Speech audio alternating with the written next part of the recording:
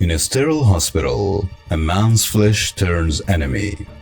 His ear a stranger, his body a battlefield of pain. 3 brutal indignities shred his humanity, leaving only terror and doubt. Can he reclaim what's left of himself? Enter my haunted crypt, where bodies betray and horrors linger. Face the chilling truth narrated in the dark. During the surgery, they peeled the ear off his head, severing the nerves so they could get at the tumor that had spread its finger across his jaw and up one side of his neck. Then the ear was forced back down, sewn into place. The nerve had to be sacrificed. The doctor told him when disoriented and nauseous he awoke. What was there, if anything, to do about it now? Sacrificing the nerve apparently meant that the link between the ear and the body was mostly gone. There was still something there. He could tell by the way the dead ear pressed against his skull when he tried to sleep on his side. But whatever was there no longer made sense. He could feel around it, piece it together with his fingers, but in a very real way, the ear was no longer a part of him. The severed nerve throbbed, pulsed. At times, inside his skull, he almost could feel the ear there again, but it was no longer an ear.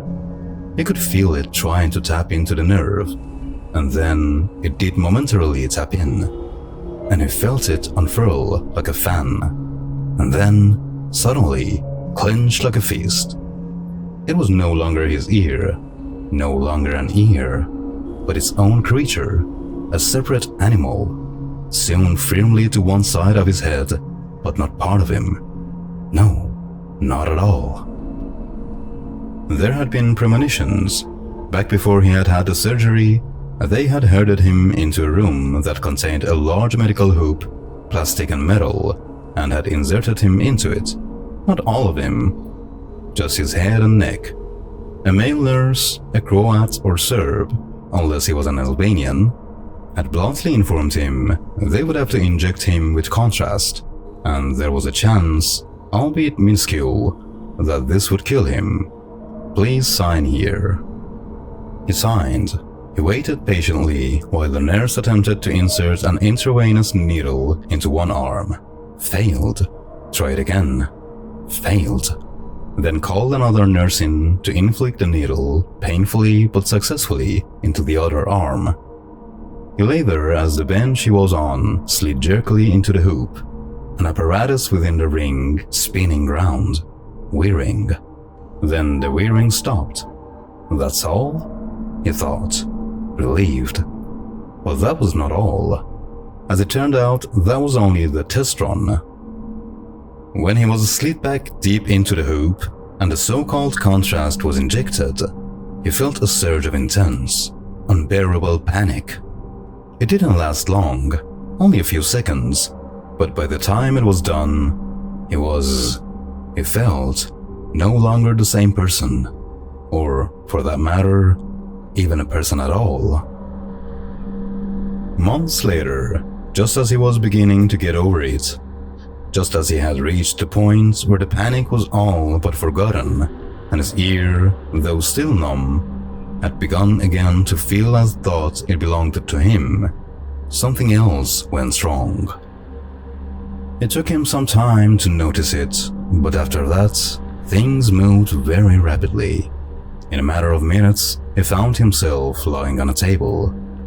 He was wearing a paper gown with a hole cut to allow the extrusion of his penis, a mercilessly attractive nurse having pushed a hypodermic's worth of Novocaine through his urethral opening, after which she clamped his penis off mid-head. And then, with a polite smile, she left him alone. For 5 minutes, maybe 10, it was just him alone in the room, trying not to look down at his clamped off and bloodless penis, which was numb in some parts and stinging in others. 5 or 10 minutes, or maybe 20, but however long it was, it felt longer. It went on so long that he was relieved when the doctor finally arrived, but only briefly.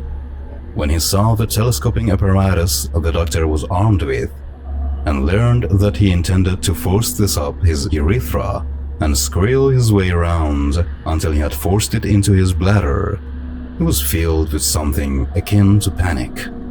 "This is going to hurt a little," the doctor said. The attractive nurse was somehow beside him again. She smiled and took hold of his wrist. It was only once she also took hold of the other wrist that he realized she was not trying to comfort him, but was holding him down. "Maybe even a lot," the doctor admitted, unclamping his penis and grasping it firmly. The doctor was not, as it turned out, lying. A lot was exactly how much it hurt, or maybe more than a lot. When it was done, the question he had to ask himself as he lay there shivering was, what, if anything, was there left of him worth saving? As far as the question goes, he, or whatever now stands in for him, still doesn't know the answer. Cold steel and sterile rooms carve a man's soul, leaving only a stranger's husk. Tell me in the comments, could you face your body turning foe? Dare to face the next horror? Subscribe and ring the bell to stay cursed.